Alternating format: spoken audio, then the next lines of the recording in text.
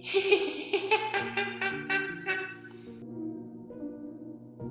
दोस्तों, कहानी की शुरुआत एक छोटे से भारतीय कस्बे में होती है, जहां वरुण और प्रियंका नाम के भाई बहन रहते हैं। उनके माता पिता विकास और मधु एक पुरानी हवेली जैसे घर में रहते थे, जहां उन्होंने एक प्राचीन और ऐतिहासिक दर्पण खरीदा था। यह दर्पण बहुत सुंदर था, लेकिन उसके आने के बाद से उनके घर में अजीब घटनाएं होने लगी। धीरे धीरे विकास और मधु दोनों मानसिक रूप से बीमार हो गए और एक भयानक घटना में उनकी मौत हो गई। अब कई साल बाद वरुण और प्रियंका बड़े हो चुके हैं। वरुण मानसिक अस्पताल से वापस आया है, जहां उसे इस घटना के लिए दोषी ठहराया गया था। दूसरी ओर प्रियंका को विश्वास है कि उनके माता पिता की मौत उस शापित दर्पण की वजह से हुई थी, और वो अपने भाई को यह साबित करने के लिए तैयार है। प्रियंका अब उसी घर में लौट आई है और उसने दर्पण को अपने कब्जे में ले लिया है। वो दर्पण के आसपास होने वाली अलौकिक घटनाओं को रिकॉर्ड करने के लिए एक प्लान बनाती है। प्रियंका ने पूरे घर में कैमरे लगा रखे हैं और अपने भाई को ये साबित करने के लिए तैयार है और उनके माता पिता की मौत में दर्पण का ही हाथ था। वरुण शुरू में अपनी बहन की बातों पर यकीन नहीं करता। उसे लगता है कि ये सब उसकी बहन के मन का भ्रम है, लेकिन प्रियंका उसे समझाती है कि दर्पण में एक शैतानी शक्ति है जो लोगों को अपनी मर्जी के मुताबिक भ्रम में डाल सकती है और उन्हें पागल कर सकती है। कहानी धीरे धीरे फ्लैशबैक में जाती है, जहां हमें उनके बचपन की घटनाएं दिखाई जाती हैं। उनके माता पिता विकास और मधु की मानसिक स्थिति दिन ब दिन खराब हो रही थी। विकास का स्वभाव बदल गया था और मधु को अक्सर अजीब छाया और आवाजें सुनाई देती थी।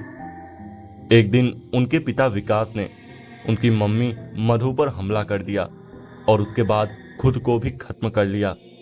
उस रात वरुण और प्रियंका ने अपने माता पिता की दर्दनाक मौत का सामना किया। तब से वो उस घटना को भूलने की कोशिश कर रहे थे, लेकिन प्रियंका ने कभी भी दर्पण के सांप को नहीं भुलाया। वर्तमान समय में वरुण और प्रियंका अब उस शापित दर्पण के साथ अकेले हैं। प्रियंका ने घर में एक योजना बना रखी है।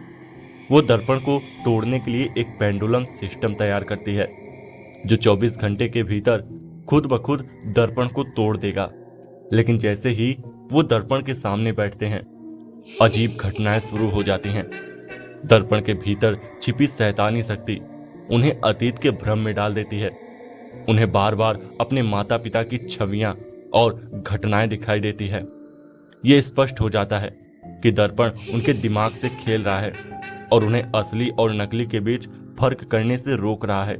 दर्पण उन्हें इतना भ्रमित कर देता है कि वो ये नहीं समझ पाते कि वास्तव में ये क्या कर रहे हैं।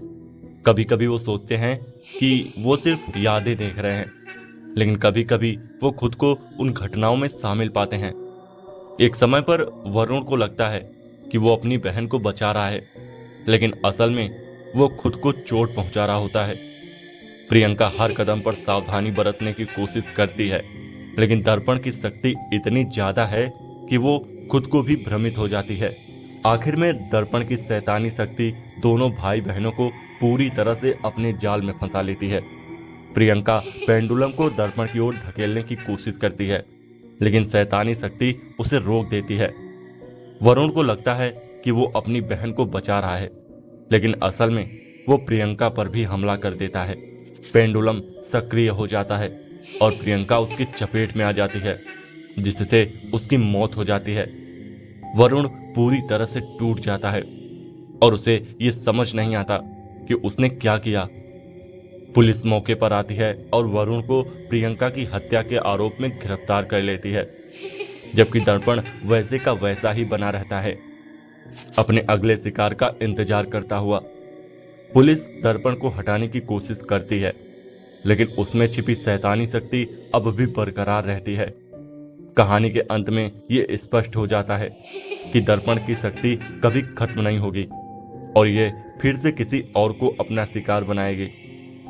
तो दोस्तों, कैसी रही ये कहानी कमेंट करके जरूर बताइएगा, और चैनल पर नए हैं तो चैनल को सब्सक्राइब जरूर कर लें चलिए मिलते हैं किसी और कहानी में। तब तक के लिए बाय।